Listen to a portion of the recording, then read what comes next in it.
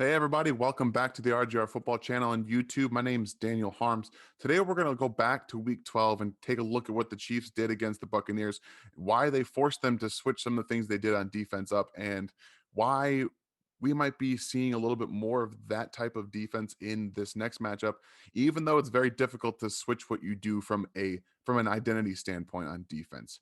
So without any further ado, we're going to go ahead and get into this tape here. And we're going to obviously start, like I said, with the most explosive and dangerous weapon. But right here, this out and up, when you can see Winfield over here, right here, you can just barely comes into the screen. He's still in the middle of the field. So Mahomes has an option here, still with Tyreek Hill, not necessarily by Carlton Davis yet. He's going to just run right by him. And you need the safety to be able to make that play down the field. It needs to be a little bit this way. But the Chiefs had enough time to get Mahomes from this point here, obviously, to throw the ball all the way down the field. And Tyreek Hill abused Carlton Davis. And like I say, he's going to run right by him. It makes him look like he's not even moving. He still has more than enough time to readjust in the air and make that catch. But Tyreek Hill himself, when one, you're going to play off coverage anyway, that lends itself to him because he can just continue to run. He doesn't have to worry about getting off of press. He can just run what he's going to do. And every single time you try to get your hands on Tyreek Hill, it doesn't work. He's too quick. He knows, how to manipulate corners. He knows how to move you in the direction he wants you to go. They can line him up anywhere, and being in the slot, helps him again because you're going to bring Travis Kelce down here, which is going to make him one-on-one with Carlton Davis once again. He moves you to the outside, and then he takes off to the moves you to the inside and takes off to the outside because he's so quick and dynamic. Because if you let him to the inside and you don't get your hands on him and you just open up that way, he's going to run right by you and still get to where he needs to go. And then you can't get your hands on him really either because he's become so good at one, doing exactly what I just said, going one way and the other. But he also has been very apt to slap hands and hand fight in those situations as well and work to get off of the press.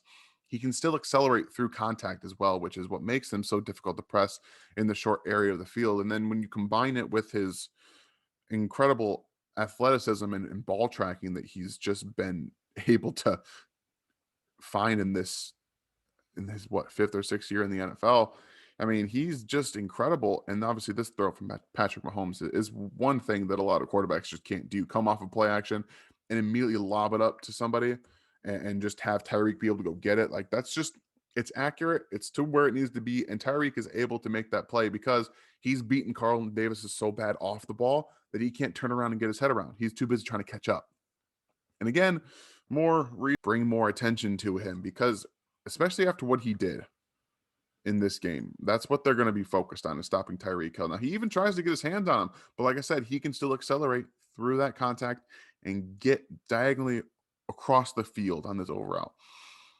He's so dynamic, and the Buccaneers defense does not have a one-on-one solution for him. It's not possible. There is nobody in this defense that can cover him. I don't care what they say. Even if they do get hands on him, he's going to get open. Like, he's too quick to not get open. Like, that's just what he does. Mahomes is going to bring it down and throw it downfield for a touchdown. Like, that's just what he does. So what we're seeing here in the second half, I'm going to preface this a little bit here. The Chiefs were up 27-10 at this point. They started to take their foot off the gas a little bit. They ran more plays, run plays, excuse me.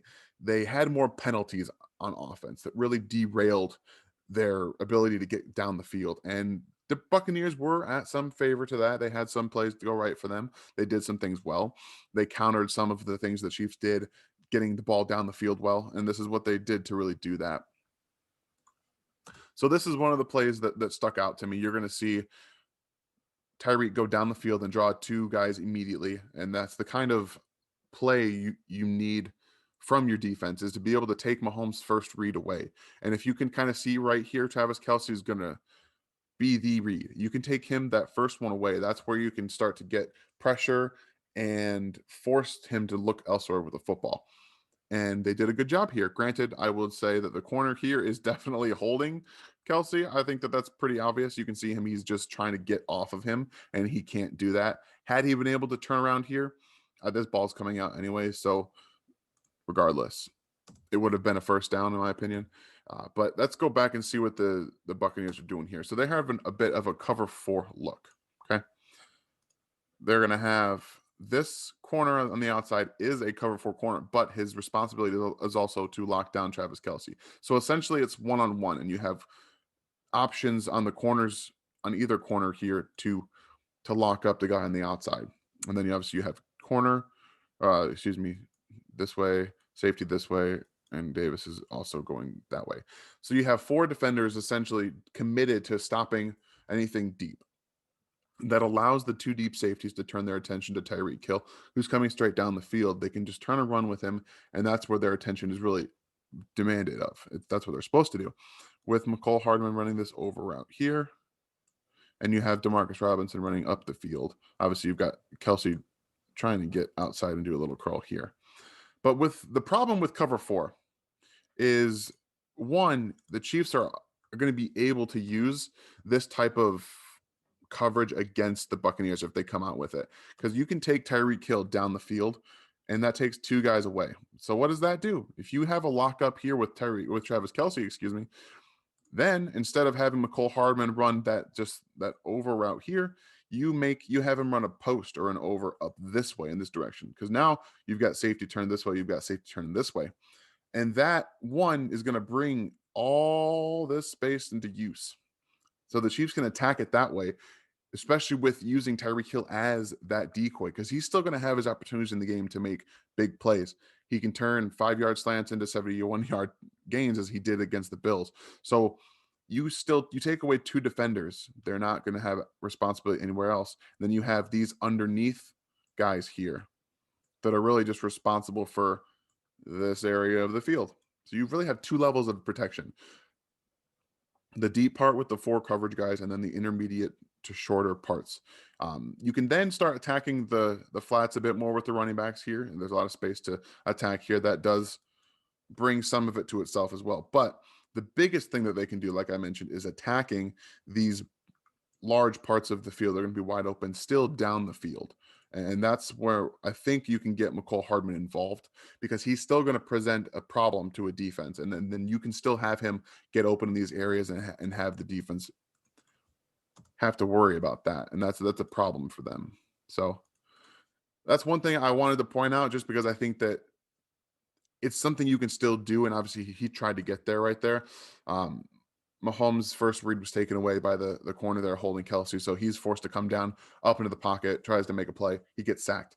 That is how the Bucs are going to try and do this. They're going to try and take away his first read, and they're going to try to do things that way in order to really screw them up on offense. And here we're going to see another cover four type of shell. You see Sean Murphy bunting pass off Travis Kelce to the inside. And then from here, this is where we can start to get even more creative, because if you can see, they're going to have Demarcus Robinson here come up and just run downfield. And that's going to take two defenders with him as well, initially, because that's the thought process, to take everything away deep. And with Tyreek Hill coming and running this over route to the corner, that he comes wide open. He comes wide open. And that's something that the Chiefs can see, one, on film, but two, they can also switch things up a little bit. You can put Tyreek Hill out here and make him do the exact same thing. And then you can put Sammy Watkins in the slot here and have him do it. And that's another thing they can draw up on purpose.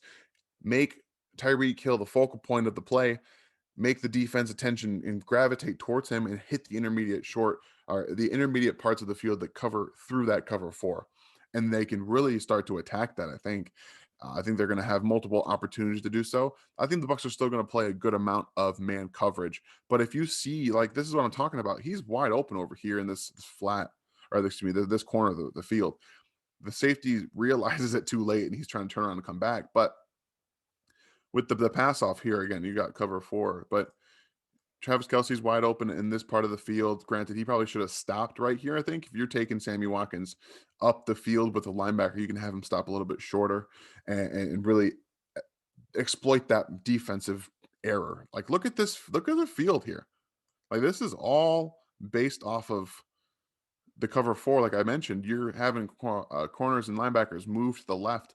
That way, you can even start doing more shifts with the offensive line. You can move them out to the left, have Mahomes come back to his right, and you can still throw back to the left if the defense shifts that way with this cover four. You can hit those underneath areas. Like this is something that they cannot consistently do against the Chiefs. They're going to find big plays. They're still going to be able to do things if you come out in a cover four shell and get them. But this is how the Bucks are going to have to beat the Chiefs. Like this is what they're going to have to do. They're going to have to get pressure early, and they're going to have to force Mahomes to throw the ball up like Tom Brady's been doing all postseason. Just throw it up. You don't have the option here of going anywhere outside of possibly Dion Yelder in the flat. I think that's where he probably should have gone. But again, they were trying to attack deep. They've got guys that are going deep, and that's what they wanted to do. I totally get that, but that's why we're talking about the adjustments for the Chiefs offense didn't exactly happen the way that they probably should have, especially with the fact that they were continuing to get more pressure in this game. And I think that they're gonna have a good number of pressures in this game. Now, this was a 3rd and 15, and it was taken off the board because the interception was taken off because of the hit to the helmet. But again, you attack downfield with McCole Hardman, Tyreek Hill. That's going to open up everything underneath with this cover four adjustment. Now, one thing I think that we should mention is that they're not going to come out and play straight cover four. They do that, they're going to get toasted all game.